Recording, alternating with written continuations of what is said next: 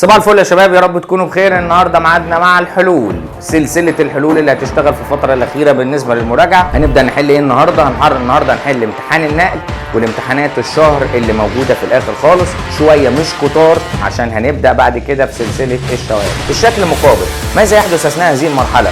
انت شايف عندك في اسهم نازله من الاذين ونازله كده اهو، يبقى ايه اللي هيحصل هنا؟ ينبسط البطينان، ولو قال في حد ينقبض يبقى ينقبض الاذينان. الشكل المقابل، عند حدوث خلل في الترتيب س، في ان جزء من الدم يرجع مره اخرى. الخلل اللي معاك هنا كان موجود في الصمام الموجود الناحيه اليمين، اللي جاي على شمالك، ده الصمام الثلاثي الشرفات، هيرجع الدم مره اخرى الى الاذين الايمن. الشكل المقابل يوضح تركيز العصير الخلوي داخل 3 خلايا نباتيه. اكس 1%، يبقى دي الميه 99 ودي الميه 97 ودي الميه 95.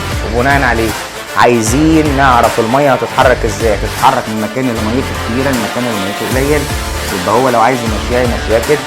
الاجابه دي لانه مبدل واحده بواحده. طب ما الباقي مبدل واحده بواحده، لازم يكونوا نفس الشحنه، موجب مكانه موجب، ما ينفعش يكونوا مختلفين. تصل ضربات القلب عند ابطال الملاكمه في ذروه المنافسه على البطوله الى 180 دقه في الدقيقه، وذلك بسبب زياده الاثاره عن طريق العصب السمبثاوي السمبثاوي اهي، السمبثاوي اهي، الذي يزيد من الانقباضات او يزيد من الاثاره الى العقده الجيب وزينيه. حلو، اللي ما تعرفوش ابعت انا معاك، ويا رب دايما تبقوا متفوقين وتطلعوا راسنا في الامتحانات ان شاء الله بتاعت الترم. يا رب دايما متفوقين. باي باي، سلام.